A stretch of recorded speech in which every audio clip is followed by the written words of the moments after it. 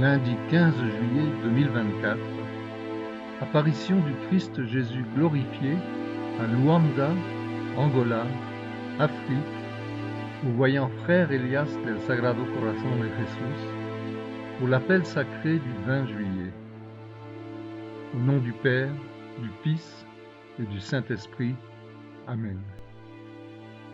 Cette nuit-là, alors que j'étais avec mes apôtres en mer de Galilée, la tempête est arrivée, les ténèbres les ont enveloppés, bien que je sois présent dans le bateau.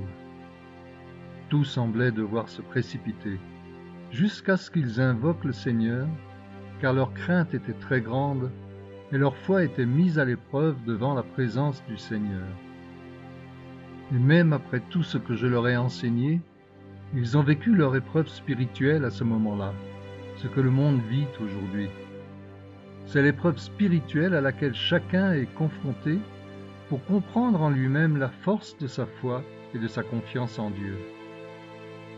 Il semblait que le bateau allait se briser cette nuit-là. Le désespoir de mes apôtres était très grand, car pendant un instant, ils ont oublié qu'ils étaient dans la barque avec Dieu lui-même. Où est la frontière entre la réalité et l'apparence, entre ce qui est vrai et ce qui est faux? C'est pourquoi je leur ai montré cette nuit-là que la puissance anonyme et secrète de Dieu était capable non seulement d'arrêter la tempête, mais aussi de leur montrer quelle était la foi de chacun d'entre eux. Face à la tempête que le monde connaît aujourd'hui, face à l'ampleur de sa souffrance et de son agonie, de ses traumatismes et de ses séquelles, comment chacun de vous dans le bateau du Seigneur pourra-t-il traverser cette tempête spirituelle qui s'approche?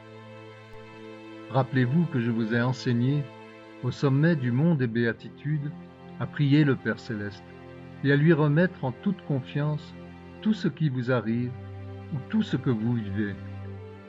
Mais ici, il ne s'agit pas d'une cause avec de grandes victimes, mais d'une intention pour que chaque être sur cette planète soit conscient et responsable de tout ce qu'il a vécu et causé à travers les âges.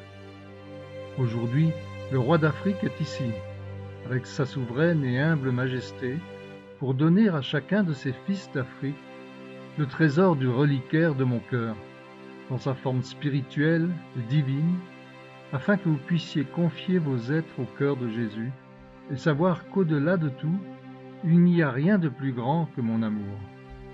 Car mon amour a vaincu sur la croix, a vaincu le péché et les erreurs du monde. Et c'est cet amour qui se perpétue, car c'est un amour infini, inaltérable et immuable.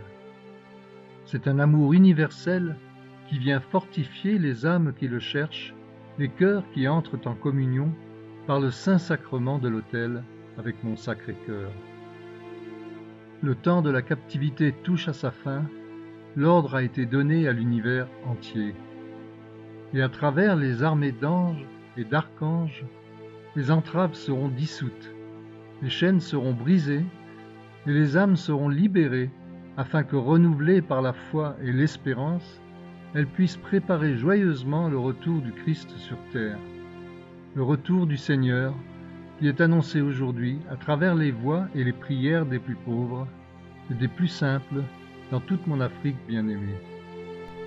Je viens embrasser de ma lumière tous ceux qui en ont besoin, principalement ceux qui souffrent le plus dans ce pays et sur ce continent, car je suis ici avec eux, tout comme je suis avec vous aujourd'hui, en tant que Jésus le Nazaréen, celui qui a prêché et enseigné sur les rives de la mer de Galilée, celui qui est ressuscité, qui a guéri et qui a libéré les cœurs, celui qui a donné sa vie pour vous et pour vos frères, afin que, par la douloureuse passion, la mort et la résurrection de Jésus, toutes les âmes possibles en ce temps puissent recevoir la grâce de la vie éternelle, le moment le plus important pour qu'à la fin de leur jour, elles puissent entrer au paradis.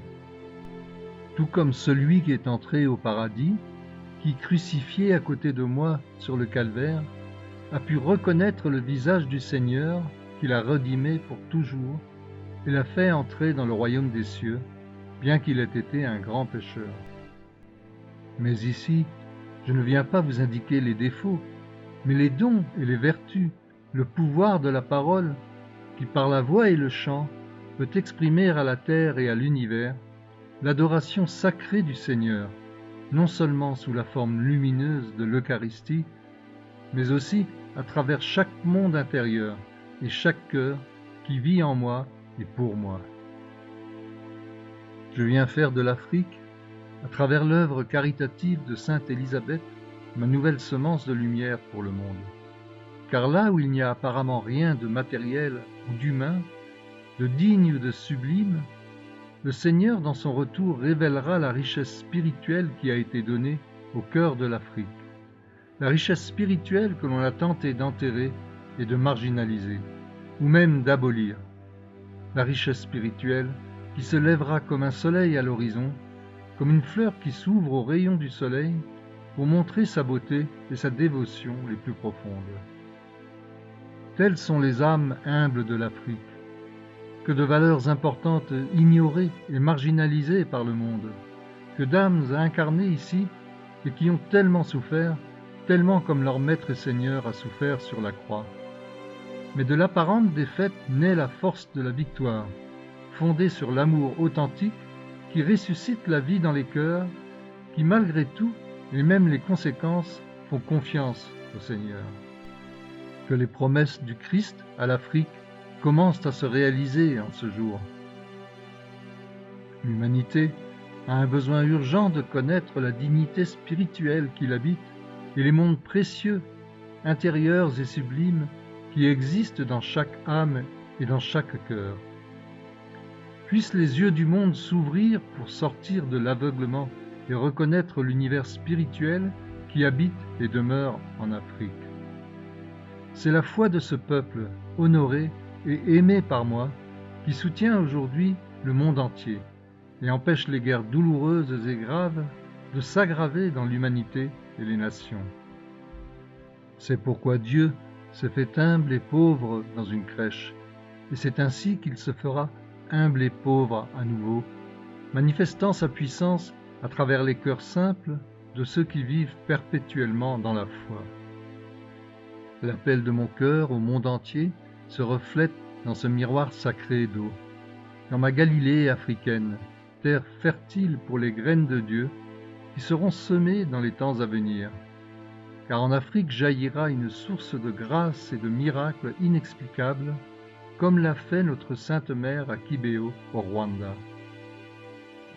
Que la voix des plus innocents soit entendue, que les cœurs les plus endurcis s'adoucissent et s'ouvrent pour reconnaître les besoins en tout lieu. Il est temps de partager tout ce que vous avez, car Dieu n'a pas créé les riches et les pauvres, c'est le monde qui l'a fait. Car Dieu est pauvre dans son essence, dans son esprit et sa divinité, comme l'est son Fils, le roi de l'univers, le porteur de la paix, du bien et de la miséricorde. Bien que notre œuvre doive se recueillir dans les temps à venir, sachez que je pourrai toujours revenir ici, aussi souvent que nécessaire, et aussi souvent que le Père Céleste me le permettra. Car le Seigneur, le Christ Jésus, vit lui aussi et ressent l'agonie du monde en ce moment. Je viens ici pour que vous puissiez étancher ma soif par l'amour que vous me donnez, par l'adoration que vous m'offrez dans chaque nouvelle Eucharistie, dans chaque nouveau moment de prière et de louange sacrée.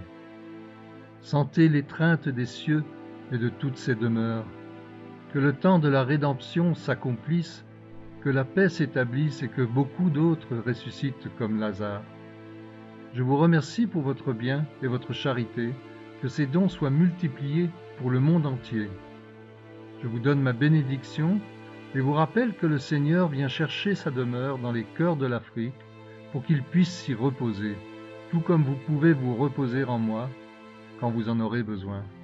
Au nom du Père, du Fils et du Saint-Esprit. Amen.